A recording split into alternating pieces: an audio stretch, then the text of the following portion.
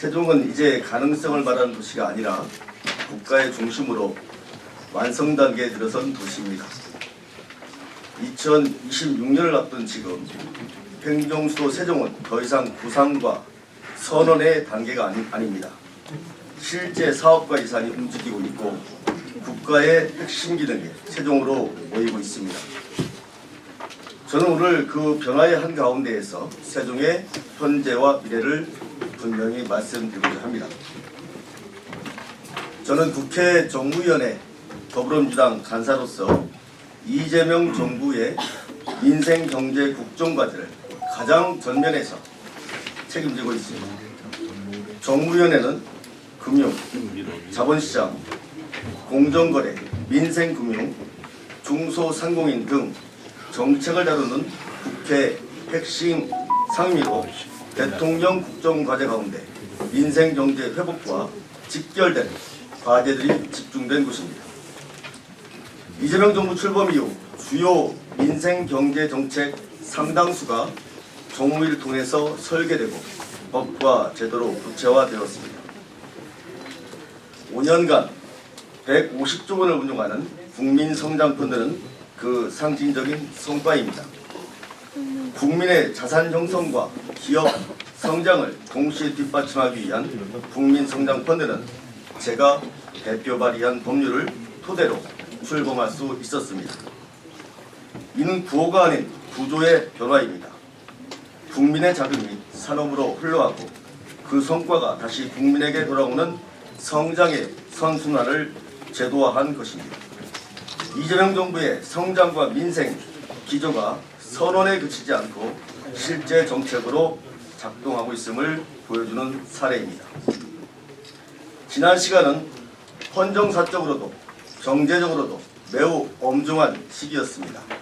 불법 계엄 시도, 대통령 탄핵, 조기 대선, 그리고 내란 청산이라는 경랑 속에서 국회는 국가를 다시 바로 세우는 책임을 져야 했습니다. 저는 중앙 국회의원으로서 금융시장 불안을 막고 자영업자와 소상공인의 위기를 완화하며 투자와 고용이 무너지지 않도록 민생경제의 최전선에서 역할을 해왔습니다. 민생경제 회복의 전제는 정치적 불확실성의 종식입니다. 내란 청산을 하루빨리 마무리하고 국가 시스템을 정상화해야 경제도 다시 움직일 수 있습니다. 정치는 민생의 발목을 잡는 존재가 아니라 민생을 앞으로 밀어주는 힘이어야 합니다. 저는 그 책임을 국회에서 실천해 왔고 앞으로도 그럴 것입니다. 이러한 중앙정치의 흐름 속에서 대전 충남 행정통합논의는 세종의 매우 중요한 기회이자 호재입니다. 충청권이 하나의 행정-경제 단위로 재편된다면 수도권에 맞먹는 경쟁력을 갖춘 거대 생활경제권이 형성됩니다. 이는 세종이 고립된 행정도시가 아니라 충청 메가시티의 중심축으로 도약할 수 있는 결정적 계기입니다. 노무현 대통령이 행정수도 세종에 씨앗을 뿌렸다면 이재명 정부는 충청을 하나의 성장권으로 묶고 있습니다. 대전 충남 통합특별시 구상은 그 출발점이며 세종은 그 한가운데에서 행정과 정책, 국가 운영을 조정 연결하는 핵심 역할을 맡게 됩니다. 이재명 정부 출범 이후 이 구상은 현실 정치의 의제가 되었고 세종의 우상 역시 분명히 달라지고 있습니다. 지금은 동반성장의 절호의 기회입니다. 충청이 함께 크고 세종이 그 중심에서 기능할 수 있는 역사적 국면입니다. 이 흐름을 놓친다면 다시 보기 어렵습니다. 중앙정치와 지역발전이 맞물려 들어가는 지금의 동력을 반드시 살려야 합니다. 이러한 큰 흐름 속에서 행정수도 완성의 핵심 사업들도 본격적인 실행 단계에 들어섰습니다. 국가상징구역 조성과 대통령 세종집무실, 국회 세종이사당 건립은 더 이상 계획이 아닙니다. 행복도시 중심부 약 210만 제곱미터에 조성되는 국가상징구역은 대한민국 행정수도의 심장부가 될 공간입니다. 이미 마스터플랜 국제 공모가 진행됐고 2026년 상반기부터는 당선작을 바탕으로 한 구체화 용역이 시작됩니다. 세종 연서면 일원에 조성 중인 스마트 국가산업단지는 보상이 진행되고 있고 2027년 착공을 목표로 하고 있습니다. 조치원 연기 공공주택지구는 국토부, LH 상대로 사업 추진의 결단과 시급성을 지속적으로 요구하고 있습니다. 세종지방법원 역시 법원 설치법 개정과 2026년 정부 예산 설계비 10억 원을 확보해서 본격 추진의 출발선에 섰습니다. 이번 2026년 세종 관련 예산은 단발성 성과가 아닙니다. 행정수도 핵심 인프라, 산업단지, 사업 인프라까지 세종의 중장기 미래와 직결된 사업들이 실제 예산으로 이어졌습니다. 말이 아닌 결과로 세종의 방향을 바로 세운 예산입니다. 존경하는 시민 여러분, 다가오는 지방선거는 세종의 다음 4년을 결정하는 중요한 선거입니다.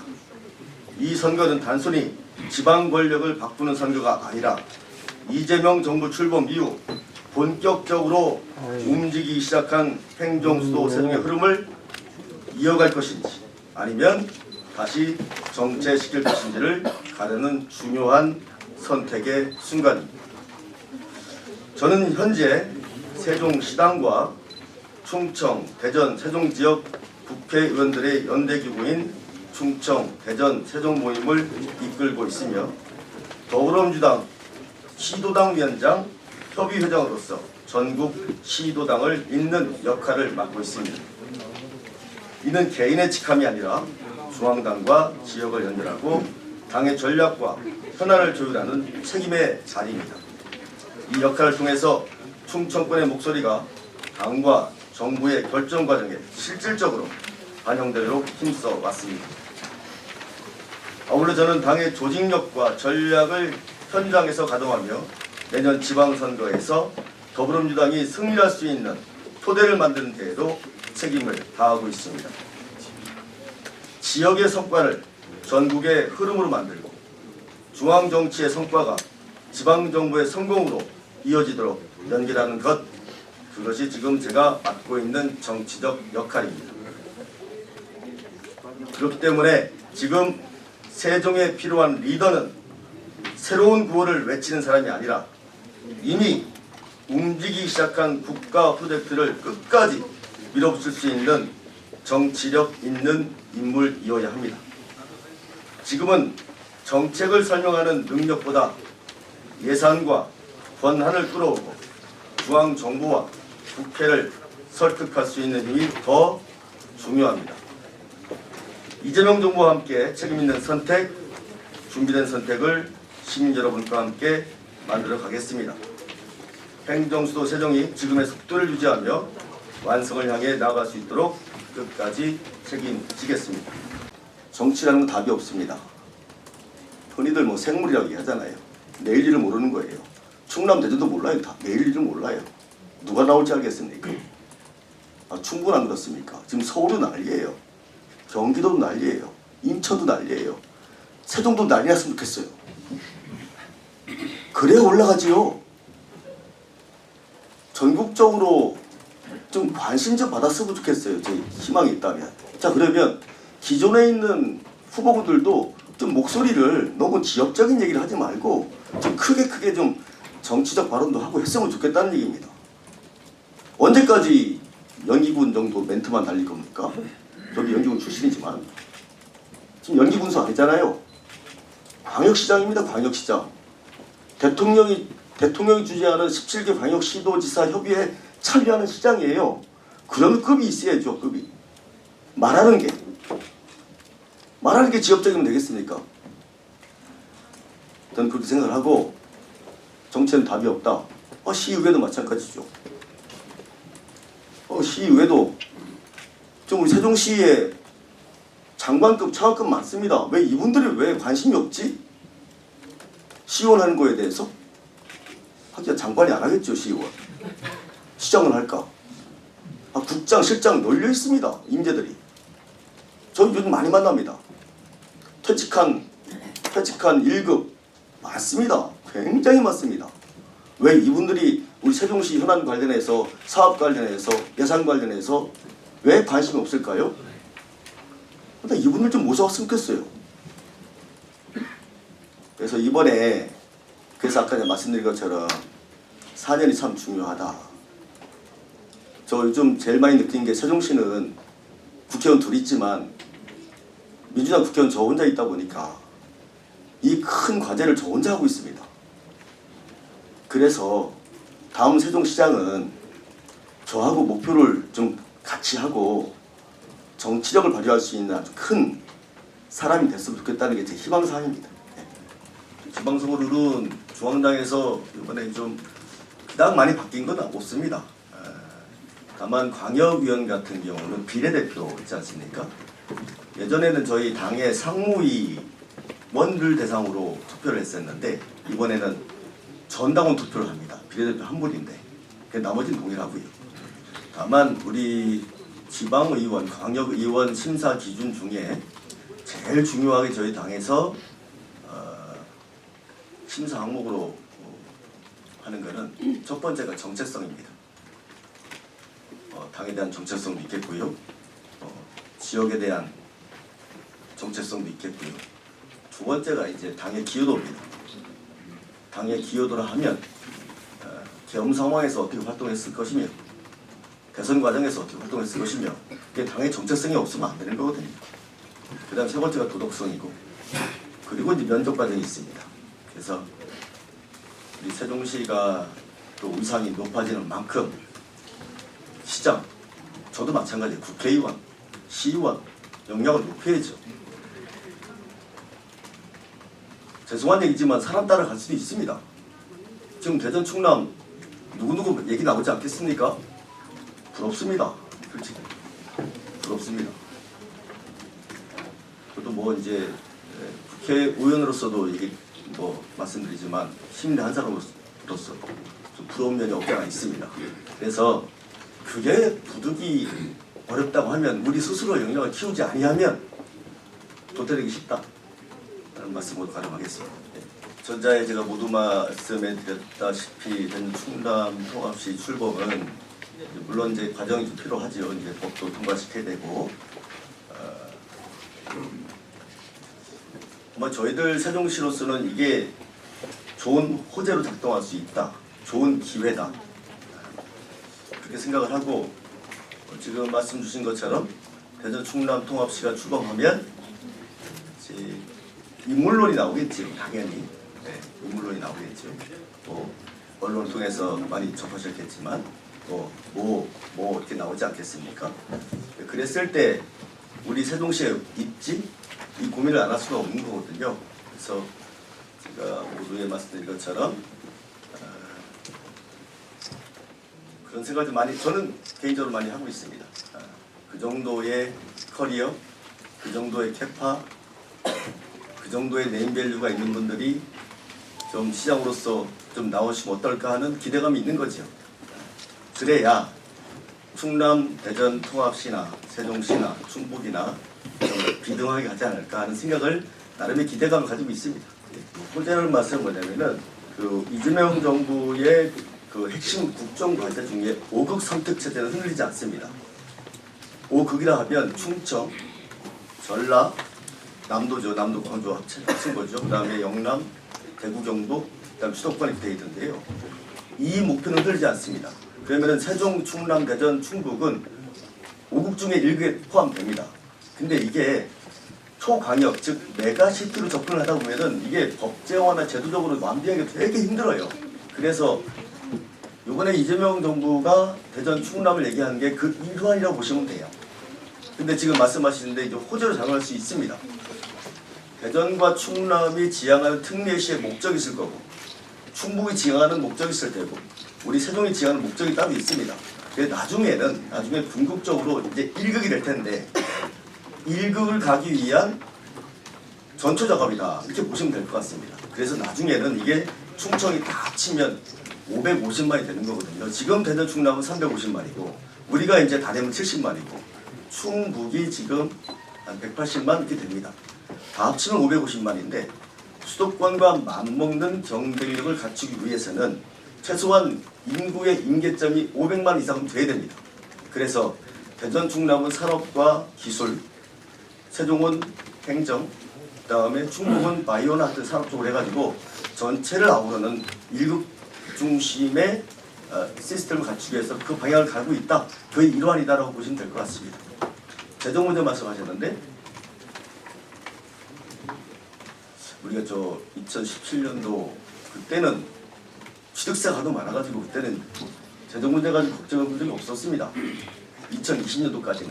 근데 2020년도 지나서 그 이후로 이제 재정이 좀 많이 열악해졌는데 그게 아마도 이제 취득세나 등등해서 지방 세수가 줄다 보니까 이제 보통교부세가 조금 늘어났어요. 그러니까 이게 보통교부세라는 게 수요와 수입의 갭을 채워주는 거거든요. 중앙정부에서. 그렇게 봤을 때 앞으로 재정에 대해서 지금 뭐 보통교부세 등등 말씀하시는데 이거부터 말씀드릴게요. 우리 시민들이나 언론 쪽에서 우리 세종시 재정 확충을 위한 어떤 주장들이 많지 않겠습니까? 저는 그렇게 공감합니다. 그 부분에 대해서. 다만 방식이 어디에 있느냐, 방식. 보통교부세 예를 들어서 이제 기초분을 달라 이렇게 말씀하시는데 그것도 뭐 수단 중에 하나예요. 근데 저희들이 이해찬 위원님 할 때부터 줄기차게 노력을 많이 해왔습니다. 예를 들어서 제주도처럼 우리 정률제로 해달라 요구를 많이 했죠. 근데 안 된 이유가 이게 나눠먹는 구조거든요. 지방교부세를 파이가 딱 정해져 있습니다. 19.24%. 그러다 보니까 우리가 더 가져간다고 하면은 타 시도는 난리가 나요. 이런 상황이었었어요. 그래서 급기야 저들이 한 게 뭐냐면은 재정 특례를 받는 거였습니다. 그래서 제가 21대 때 3년 연장 받았고 21대 마지막에 또 3년 연장 받아가지고 내년에 끝납니다. 그 내년에 또 발의해가지고 재정 특례를 받는 거죠. 그런 식으로 해서 이제 좀 충당을 해왔죠. 그 다음에 기초 소유가 있고 고정 소유가 있습니다. 그 세밀하게 따지시면 이거 1시간 걸려요. 어찌됐든 방법은 여러 가지 방법이 있을 수 있다. 재정 확충을 위해서. 재정 특례 지금 25%인데 그거를 예를 들어서 35가 됐든 40이 됐든 50이 됐든 늘릴 수 있는 방안이 있으면은 좀 고민 한번 해보겠다. 그 다음에 전반적으로 크게 보면은 우리가 세종시뿐만이 아니고 우리 지방 재정이 너무 안 좋다 보니까 지금 19.24%인 그 허들을 좀 깨보자. 예를 들어서 지방에 좀 중앙에 많이 집중돼 있거든 재정이. 그걸 좀 깨보자. 그래서 25가 됐든 30이 됐든 국회에서 많이 논의하고 있습니다. 즉 이게 재정 문건인데 이번에 대전 충남 특례시가 발족이 되면은 아마 이게 될 거예요. 이제 재정 분권이 이루어지거든요. 이제 많은 그 중앙이 가지고 있는 그 사물을 많이 이양받으면 됩니다. 어느 수준까지? 제주도처럼. 그래서 저희들한테는 이게 크게 호재로 작용할 수 있다. 특히 내가 이 장담을 하는 이유는 이재명 대통령께서 세종시에 대한 행정수도에 대한 관심과 집중도가 상당히 큽니다. 그래서 지금 6개월밖에 안 되는데 이렇게 대통령 집무실이나 의사당이나 빨리 진행되는 거예요. 예산도 그렇고 사업도 그렇고. 그렇게 설명드리고 아까 마지막에 세종시장 정치적 내가 말씀드렸었나요? 제가 꼭 제3자를 원하는 건 아닙니다. 기존에 있는 후보분들도 정치력을 키우시면 되는 거예요. 네. 이제는 세종시는 우리 지역 의제가 아님을 분명히 아셔야 합니다. 국가적 의제입니다. 왜? 노무현 대통령 출범 이후 22.5조가 투입되는 대단히 국책 사업이거든요. 근데 대다수 시민들이 우리 세종시가 22.5조가 투입되는 걸 몰라요. 어마어마한 돈입니다. 거기다가 이번에 그 행복도시법을 바꿔서라도 국회의사당과 대통령 집무실이 대략 오바웃으로 한 10조 정도 더 들어갑니다. 그러면은 이 법을 바꾸어야 돼요. 지금 현재 행복청이 보유하고 있는 게 8.5조입니다. LH가 나머지 가지고 있는 22.5조 중에. 이것도 좀 고쳐야 되고 해서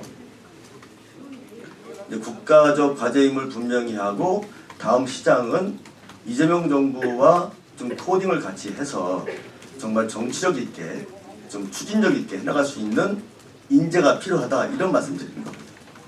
이재명 대통령께서 대선 과정에서 사회적 합의라는 말씀을 하셨죠. 이제 사회적 합의라 하면 국회의사당 대통령 집무실을 완전 이전하는 문제인데 그다음에 행정수라는 명명을 하는 건데 이 사회적 합의가 있는 거거든요. 그 사회적 합의라는 게 첫 번째가 행정수도 특별법이에요. 그것도 국회에서 논의하는 거니까 당연히 사회적 합의가 되겠죠. 절차 중에 하나가 되겠죠. 두 번째가 이제 혹시 2004년도 같이 이게 만약에 우연 판결이 나오면 개헌을 또 해야 되는 상황이 오거든요.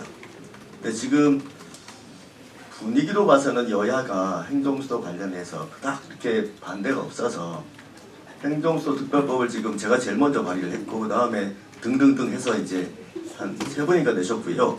이제 마지막에 국정과제를 7년 하기 위해서 정부가 좀 이렇게 정부를 하면 국토부죠. 국토부와 행복청인데 서한 작업을 했습니다. 좀 여러 의원들이 냈는데 좀 완성도가 떨어져서 정부하고 국회하고 잘 논의를 해가지고 서한이 잘 된 법안을 그걸 제가 또 발의를 해서 또 발의할 수가 없어서 그 심사를 국토부가 합니다. 국토위에서 합니다. 그 국토교통위 간사가 아산에 있는 복귀왕 의원입니다. 근데 복귀왕 의원한테 이거 의원님 내주십시오 이렇게 부탁을 드렸어요. 그래서 기왕 또 낼 때는 야당과 같이 대표 발의했으면 좋겠다는 제안을 드려서 국민의힘의 엄태영 의원님과 같이 대표 발의를 했습니다. 그러면 저번 주에도 국토부 장관하고 행복청장 그 다음에 국토위 간사를 만났는데 빠르면 2월달에 이제 임시국회가 재가동되면 그때 논의를 하자. 근데 이제 서한이 잘 돼 있어서 법이 잘 가다듬어져 있어서 심사하는 큰 애로가 없을 겁니다. 그래서 아마도 심사하면 가결되기까지 지방선거 때 이게 본회의가 열릴지 안 열릴지 모르겠는데 그 전에 해보려고 노력을 할 겁니다. 국가상징구역과 대통령 집무실은 당선자가 실시 설계 권한을 갖지 않습니다. 그러니까 이 마스터 플랜 당선작을 기반으로 해서 부처와 용역이 들어가겠죠. 그럼 거기에 따른 기본 설계가 나오면 거기에 맞춰서 총사업비를 기재부랑 협의를 해야 돼요. 그런 과정이 남아있고 국회 세종의사당은 1월 15일 이전에는 국제공모가 발표가 됩니다. 그러면은 내년 5월달이면은 당선작이 발표가 되는데 우원식 의장님이 이제 5월까지 끝내자 그래가지고 근데 그 당선작은 실시 설계 권한이 부여가 됩니다. 국회의사당은 국가상징구역과 대통령 집무실은 실시 설계 권한이 부여가 안 되는데 국회의사당은 권한이 부여가 돼요. 그래서 상당하게 외국에 관심이 많습니다. 단군 이래로 이번에 국회의사당 설계 공모하는데 설계비가 단군 이래로 제일 규모가 큽니다. 약 3천억 정도. 자 이렇게 크게 가고 있습니다. 예산도 잘 진행되고 있고 법은 이미 다 통과가 됐고 자, 이런 상황인데 지금 말씀하신 것처럼 뭐 문중이나 시민의 불편함 등등은 과정에서 저희들이 충분히 필터링을 해서 또 간담회를 많이 하고 공청회를 많이 해서 불편을 최소화하도록 하겠습니다. 네. 송전솔로 관련해서는 저도 언론을 보고 알았습니다. 그래서 제가 급기야 한전, 산자부 국회의원 좋은 게 있더만요. 다 와서 보고를 받아봤습니다. 근데 이게 지금 현재 이게 6단계가 있는데 지금 4단계더만요. 최적 경과 대역이라 하면 선로가 아니고 대역. 그러니까 계룡부터 천안까지 쭉 어디로 할 건지 대역을 결정하는 과정에 있다. 그 과정에서 이미 입지선정위원회가 가동이 되고 있었다. 1년 전부터. 1년이 넘었죠. 그렇죠. 1년 전부터. 우리 세종에는 주민대표 9명, 지자체 공무원 1명, 총 10명이 들어가 있습니다. 그러면은 충남, 충북, 세종 다 합쳐서 지금 199명 이렇게 입지선정위가 있는데 1년 동안 충분히 논의되고 해서 지금 대역까지 결정이 돼 있는 거예요. 근데 왜 제가 몰랐을까? 주민대표는 누가 추천했을까? 다 알고 있었던 거예요. 근데 왜 이거 시민들한테 설득을 안 했죠? 설명 안 하고? 왜 저한테도 보고를 안 했죠? 1년 됐습니다. 다 여기 있습니다. 주민대표 누가 추천했을까요? 저는 알고 있습니다. 지자체 공무원 한 명 들어가 있거든요. 저도 알고 있습니다. 누가 추천했는지. 그러면 이런 정도 되면은 공론화를 했어야 되는 거죠. 요새 이재명 대통령 공론화 하잖아요. 다 얘기하고 뒤에서 몰래 하다 보니까 이런 사단이 나는 겁니다. 그 다음에 대역이 결정되고 5번째가 이제 그 대역 안에서 선로를 정하는 거거든요. 1번, 2번 해가지고요. 그것 또한 주민들과 충분히 공청회를 하라고 그랬어요. 제가 산자부하고 한전하고 하라고 그랬어요.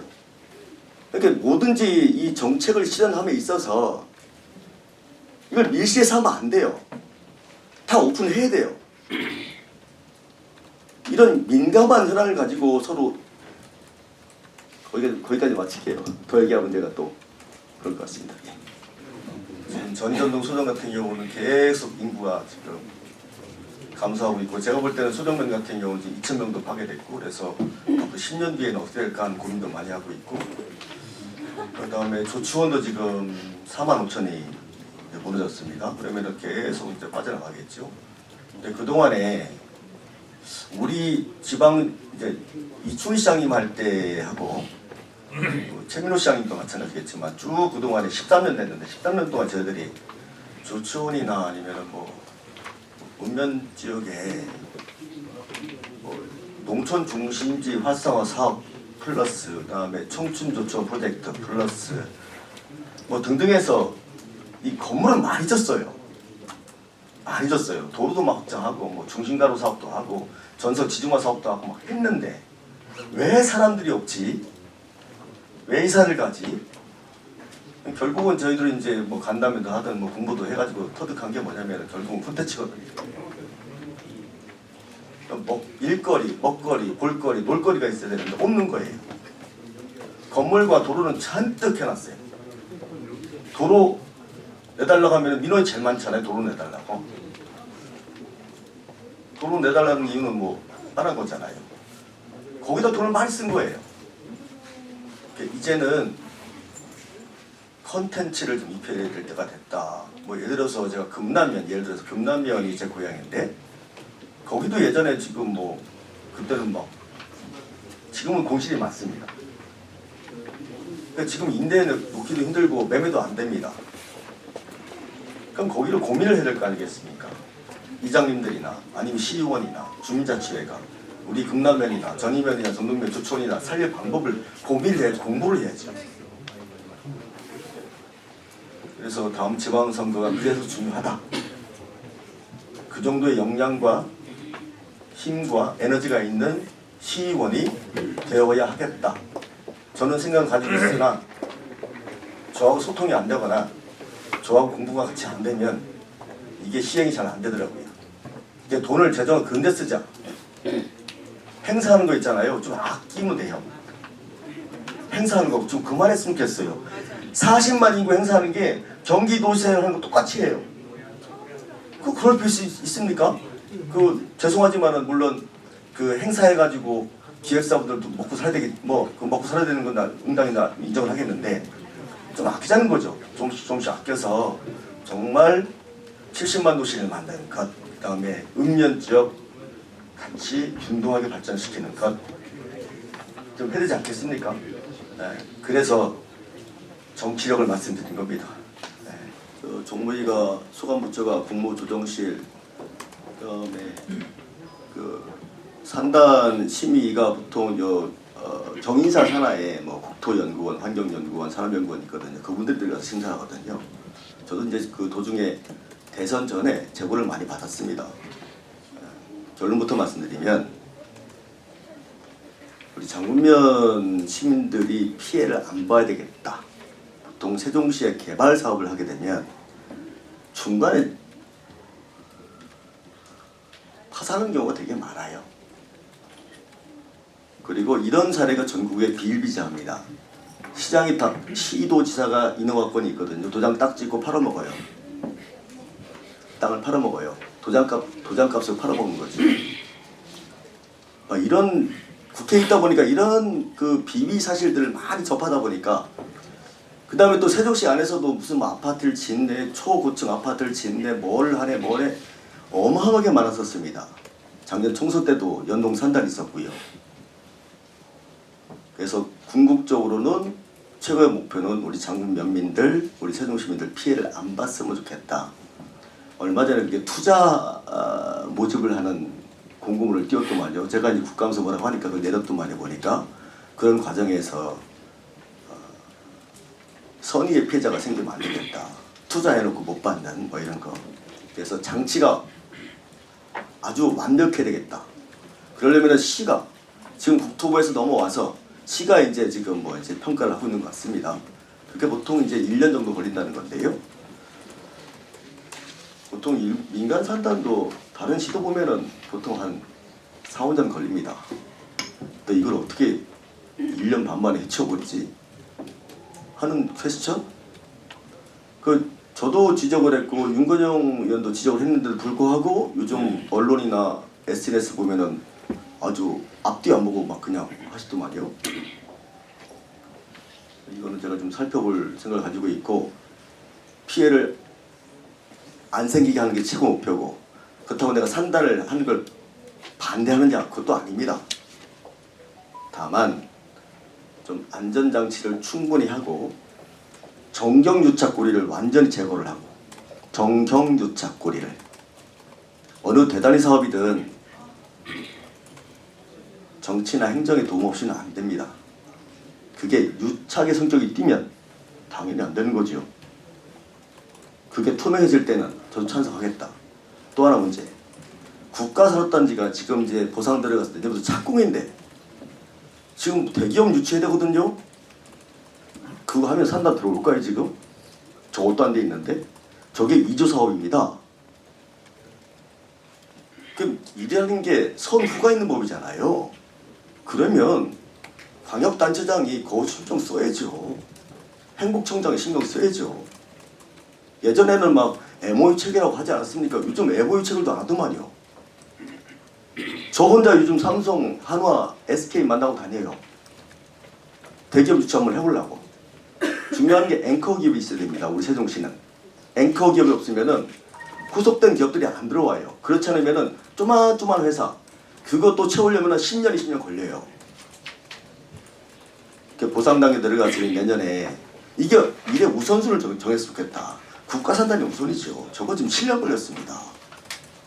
그러니까 민간산단은 지금 말씀드린 것처럼 시민들의 피해 없게, 최소가 아닙니다. 없게 만들어야 되고 정경유착고리가 있을 것 같지는 않은데 그래도 들여다 봐야 되겠다. 문제가 의혹이 좀 있음에도 불구하고 이걸 막 강행 처리한다? 저는 그걸 하도 많이 봐가지고 좀 알고 있습니다. 예.